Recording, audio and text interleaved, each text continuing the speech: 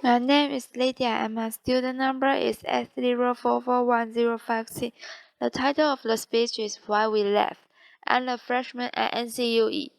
Hi, I'm going to talk to you today about laughter, and I just want to start by thinking about the first time I can ever remember not noticing laughter. This when I was a little girl. I would be about 6 and I came across my parents doing something unusual. While they were laughing very, very hard. They were laying on the floor laughing. They were screaming with laughter. I did not know what they were laughing at, but I wanted to be part of that. And I kind of sat around at the edge going, hoo hoo. Now, incidentally, what they were laughing at was a song which people used to sing, which was based around signs in toilets and trains telling you what you could and could not do in toilets and trains. And the thing you have to remember about the English is, of course, we do have an immensely sophisticated sense of humor. At the time though I didn't understand anything of that. I just cared about laughter. And actually as a neuroscientist I've come to care about it again. And it is a really weird thing to do. What I'm going to do now is just play some examples of real human beings laughing. And I want you to think about the sound people make, make and how old that can be, and in fact how primitive laughter is as a sound. It's much more like an animal call than it's like a speech. So here we've got some laughter for you. The first one is pretty joyful. Now this next guy, I need him to breathe. There's a point in there where I'm just like you've got to get some air in there, mate, because he just sounds like he's breathing out. This hasn't been edited. That's him. And finally, we have this is human female laughing, and laughter can take us to some pretty odd places in terms of making noises. She actually says, "Oh my God, what's that?" In French, we are all kind of with her. I have no idea. Now, to understand laughter, you have to look at the parts of the body that psychologists and neuroscientists don't normally spend much time looking at, which is the rib cage, and it doesn't seem terribly exciting. But actually, you are all using your rib cage all the time. What you're all doing at the moment you with your racket and don't stop doing it. It's breathing. So you use the intercostal muscles, the muscles between your ribs, to bring air in and out of your lungs just by expanding and contracting your rib cage. And if I was to put a strap around the outside of your chest called a breath belt and just look at the movement. You see a rather gentle sinusoidal movement. So that's breathing. You're all doing it. Don't stop. As soon as you start talking, you start using your breathing completely differently. So what I'm doing now is you see something much more like this. In talking, you will use very fine movements of the rib cage to squeeze the air out. And in fact, we are the only animals that can do this. It's why we can talk at all. Now, both talking and breathing has a mortal enemy, and that enemy is laughter, because what happens when you laugh is those same muscles and start to contract very regularly, and you got this very marked sort of zigzagging, and that's just squeezing the air out of you. It literally is the basic way a way of making a sound. You could be stamping on somebody, it's having the same effect. You are just squeezing air out, and each of those contractions gives you a sound, and as the contractions run together, you can get this same thing. And that's when you start getting these things happening. I'm brilliant at this. Now, in terms of science of laughter, there isn't very much, but it does turn out that pretty much everything we think we know about laughter is wrong. So it's not at all unusual, for example, to hear people to say humans are the only animals that laugh. Neil Skate thought that humans are the only animals that laugh. In fact, you find laughter throughout the mammals. It's been well described and well observed in primates, but you also see it in rats, and wherever you find it, humans, primates, rats, you find it associated with these things like tickling. That's the same for humans. You find it associated with play, and all mammals play. And wherever you find it, it's associated with interactions. So Robert Provine, who has done a lot of work on this, has pointed out that you are 13 times more likely to laugh if you are with somebody else than if you're on your own. And where you find most laughter is in social interactions like conversations. So if you ask human beings, when do you laugh? They'll talk about comedy, and they'll talk about humor, and they'll talk about jokes. If you look at when they laugh, they are laughing with their friends, and when we laugh with people, we're hardly ever actually laughing at jokes. You are laughing to show people that you understand them, that you agree with them, that you're part of the same group as them. You're laughing to show that you like them.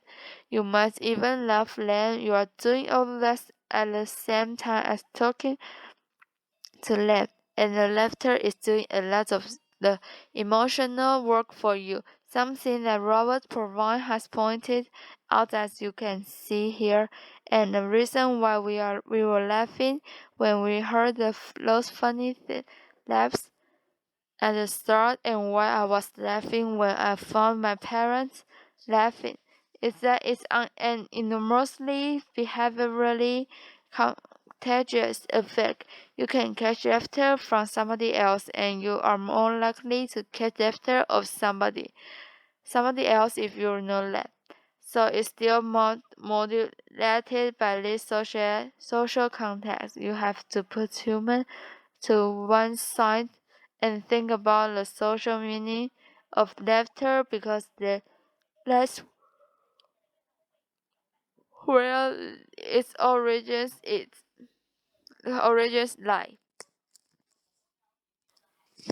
Now, something I've got very interested in is different kinds of laughter, and we have some neurobiological evidence about how human beings vocalize that suggests there might be two kinds of laughs that we have.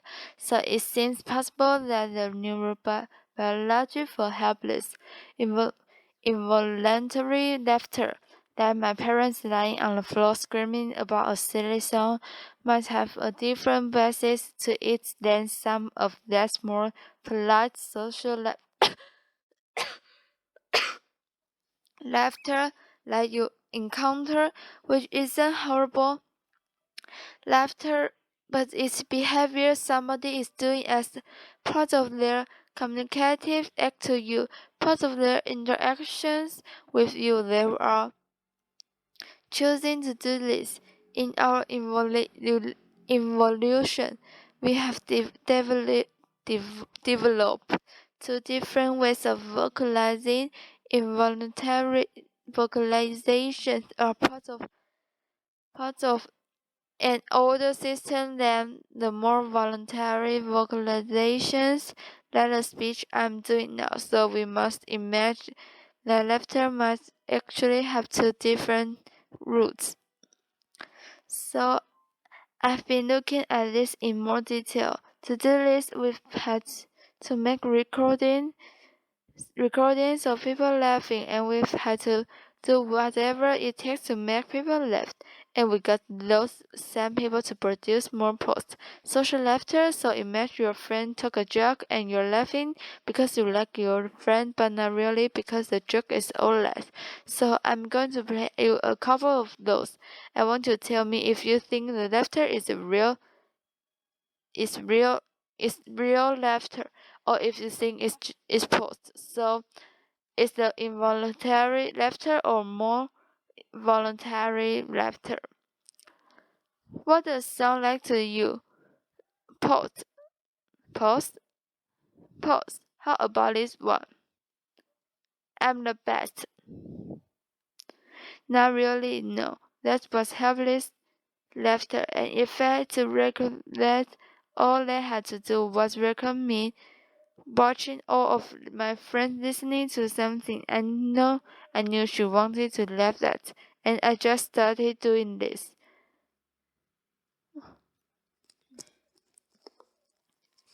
What you find is that people are good at telling the difference between real and post laughter.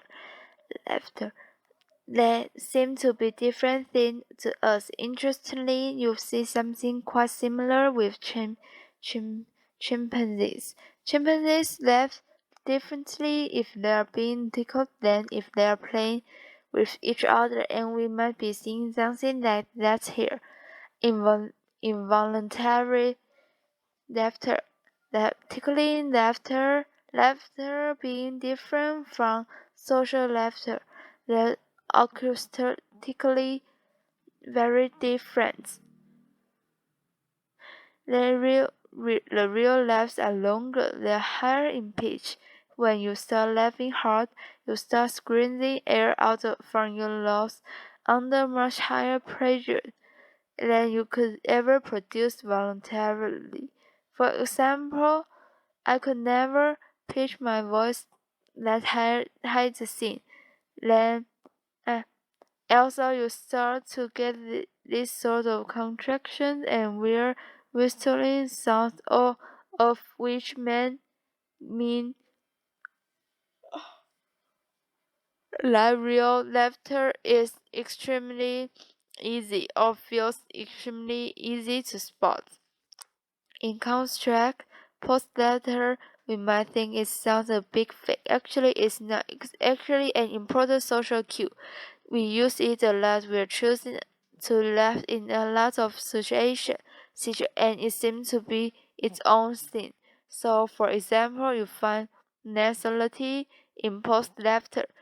That kind of ha ha ha ha ha sounds that you never get. You could not do if you were laughing involuntarily. So they do seem to be generally thin. These two different sorts of things. We took it into the scanner to see how brains respond when you hear laughter. And when you do this is a really boring experiment. We just play people real and post laughs. We didn't tell them it was a study on laughter. We put other sounds in there to distract them, and all they are doing is lying listening to sounds we don't tell them to do anything. Nonetheless, when you hear real laughter and listening to sounds, we don't tell them to do anything. Nonetheless, when you hear real laughter and when you hear post laughter, your brain are responding completely differently, significantly differently. What you see in the regions in blue, what lies in auditory cortex, are the brain areas that respond more to the real laugh, and what seems to be the case when you hear somebody laughing involuntarily, you hear sounds you would never hear in any other context. It's very ambiguous, and it seemed to be associated with greater auditory processing of these novel sounds. In contrast, when you hear somebody laughing in a positive way, what you see are these regions in pink, which are occupying brain area associated with mentalizing, thinking about what somebody else is thinking. And I think what that means is even if you are having your brain scanned, which is completely boring and not very interesting. When you hear somebody going ah ha ha ha ha ha, you are trying to work out why they are laughing. Laughter is always meaningful. You are always trying to understand it in context, even if as far as you are concerned. That at that point in time, it has not necessarily anything to do with you. You still want to know why those people are laughing. Now we have we've had the opportunity to look at how people hear real and post laughter across the age range.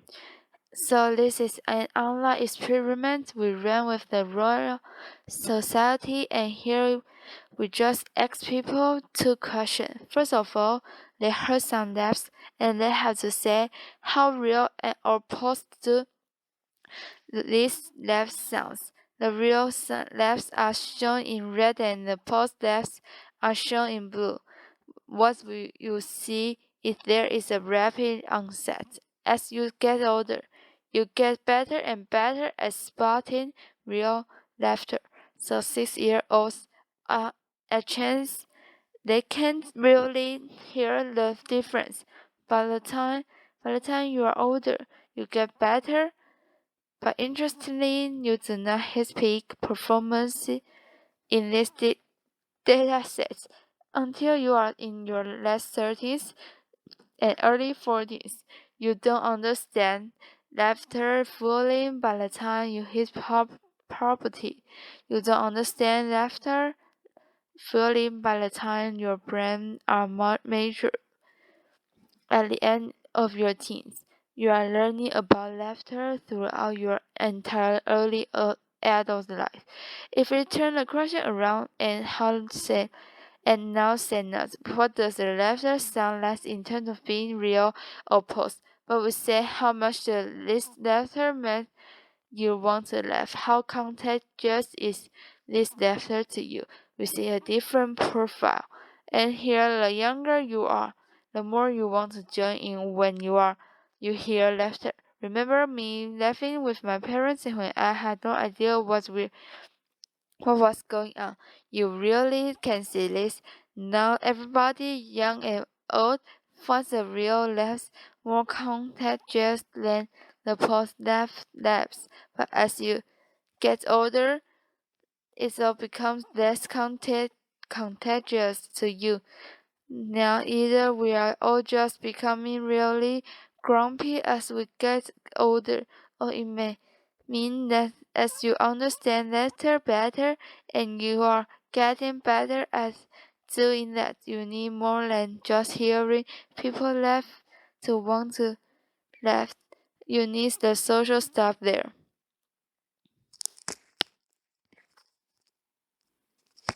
So we've got a very interesting behavior about which a lot of our last assumptions are incorrect. But I'm coming to see that actually there's even more to laughter than it's an important social emotion we should look at, because it turns out people are phenomenally nuanced in terms of how we use laughter. There's a real lovely set of studies coming out from Robert Levinson's lab in California, where he's doing a longitudinal study with couples. He gets married couples, men and women, into the lab and he gives them stressful conversation to have while he wears them up to the polygraph so he can see them becoming stressed. So you've got the two of them in there, and he was said to the husband, "Tell me something that your wife does that irritates you." And what you see is immediately just run that one through your head briefly. You and your partner, you can imagine everybody gets a bit more stressed as soon as that starts. You can see physically people become more stressed. What he finds is that the couples who manage that feeling of stress with laughter, positive emotions, that laughter not only immediately becomes less stress, they can see them physically feeling better. They are dealing with this unpleasant situation better together. They are also the couples that report high levels of satisfaction in their relationship and they stay together for longer. So in fact, when you look at close relationships, laughter is a phenomenally useful index of how people are regulating their emotions together. We are not just imitating it at each other to show that we like each other. We are making ourselves feel better together. Now, I don't think this is going to be limited to romantic relationships. I think this is probably going to be a characteristic of close emotional relationships such as you might have with friends, which explains my next clip, which is of a YouTube video of some young man in a former East Germany on making a video to promote their heavy metal band, and it's extremely metal, and the mood is very serious. And I want you to notice what happens in terms of laughter when things go wrong and how quickly that happens and how that changes the mood. He's cold. He's about to get wet. Got swimming trunks gone. Got a tall ice. What might possibly happen? Video starts serious mood, and his friends are already laughing. They are already laughing hard. He's not laughing yet. He is starting to go now, and now they are all off. They are on the floor. The thing I really like about that it's all very serious until he jumps onto the ice. And as soon as he doesn't go through the ice, but also there isn't blood and bone everywhere, his friends start laughing. And imagine if that had played him out with him standing there going, "No, seriously, Heinrich, Heinrich." And I think this is broken. We wouldn't enjoy watching it. That would be stressful. Or if he was running around with a visibly broken leg laughing, and his friends are going, Heinrich, Heinrich, I think we need to go to the hospital now. That also wouldn't be funny. The fact that the laughter works, it gets him from a painful, embarrassing, difficult situation into a funny situations, into what we are actually enjoying there. And I think that's a really interesting use. And it's actually happening all the time. For example, I can remember something that this happening at my father's funeral. We weren't jumping around on the ice in our underpants. We are not Canadian. These events are always difficult. I had a relative who was being a bit difficult. My mom was not in a good place. And I can remember finding myself just before the whole thing started telling these stories about something that happened in a 1970s sitcom. And I just thought at the time I don't know why I'm doing this. And what I realized I was doing what I I was coming up with something from somewhere I could use to make her laugh together with me. I was a very basic reaction to find some reasons we can do this. We can laugh together. We are going to get through this. We are going to be okay. And in fact, all of us are doing this all the time. You do it so often, you don't even notice it. Everybody underestimates how often they laugh, and you're doing something. When you laugh with people, that's actually letting you access a really ancient evolution